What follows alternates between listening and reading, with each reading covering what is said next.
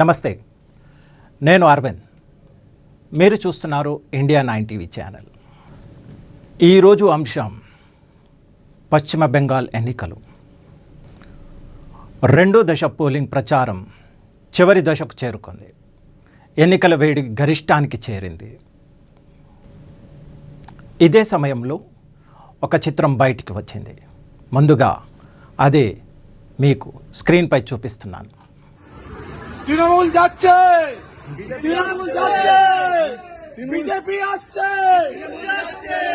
তৃণমূল থাকবে না, তৃণমূল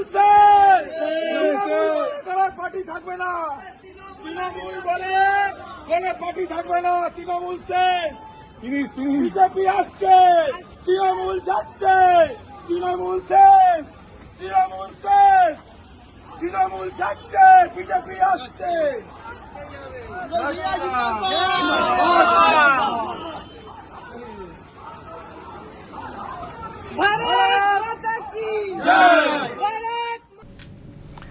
భవానీపూర్లో మారుతున్న గాలి. ఇవి భవానీపూర్ నియోజకవర్గ దృశ్యాలు.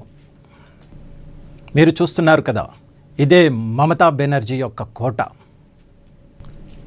ఇక్కడ నుంచే ఆమె పోటీ చేస్తున్నారు. కానీ వీధుల్లో వినిపిస్తున్న నినాదాలు ఏంటో ఒక్కసారి మీరు వినండి. టీఎంసీ జా రహీ హై, బీజేపీ ఆ రహీ హై, భారత్ మాతా కీ జై. విన్నారు కదా, ఇది మమతా గడిలోనే ఈ నినాదాలు వినిపిస్తున్నాయి మనకు. ఇది బెంగాల్ వాతావరణం మారుతుందనే సంకేతమా? ఇప్పుడు మరో చిత్రం చూపిస్తాను మీకు. ఉద్యోగాల కోసం వెళ్ళిన వలస జీవులది. ఓటు వేయడానికి తిరిగి బెంగాల్కి వస్తున్నారు. రైల్వే స్టేషన్లో పెద్ద సంఖ్యలో చేరుతున్నారు. వాళ్ళు ఏం చెబుతున్నారు ఒక్కసారి వినండి.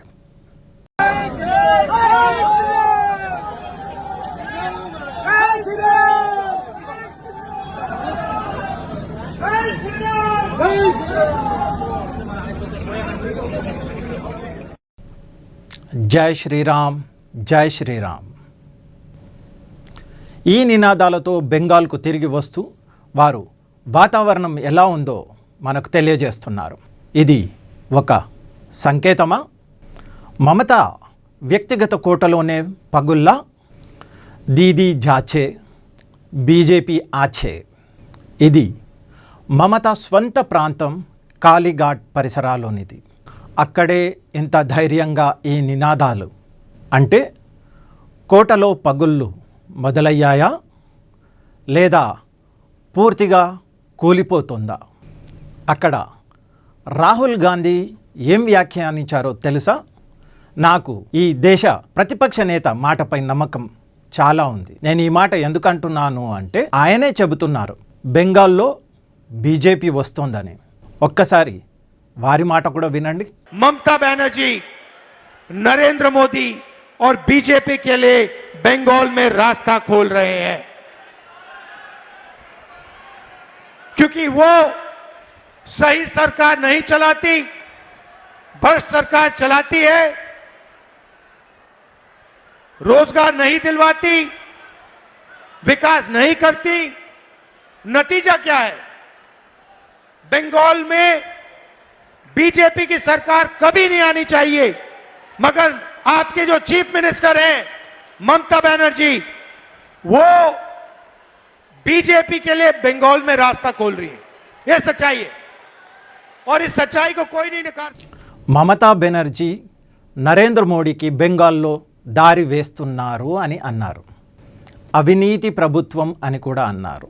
ఉద్యోగాలు లేవు, అసలు అభివృద్ధే లేదు అని అన్నారు. అందుకే బీజేపీకి అవకాశం వస్తుంది. అసలు రాహుల్ గాంధీ ఏ పక్షం?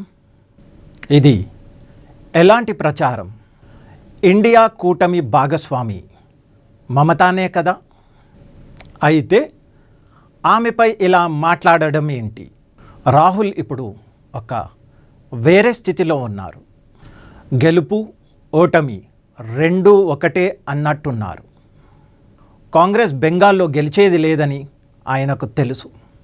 అందుకే లెక్కలే వేరుగా ఉన్నాయి.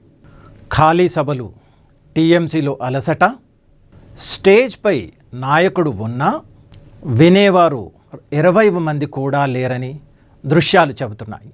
మహిళల భద్రత, మూసివేస్తున్న పరిశ్రమలు, మౌలిక సదుపాయాల లోపం, అక్రమ చొరబాట్లు, ప్రజలు ఇవే మాట్లాడుతున్నారు. ఇప్పుడు ఇటీవల మమత అన్న మాట, టీఎంసీ బతికి ఉంటే మళ్ళీ కలుద్దాం, గుడ్ బై, ఇది సాధారణ మాట లేక ఆందోళనకు సంకేతమా?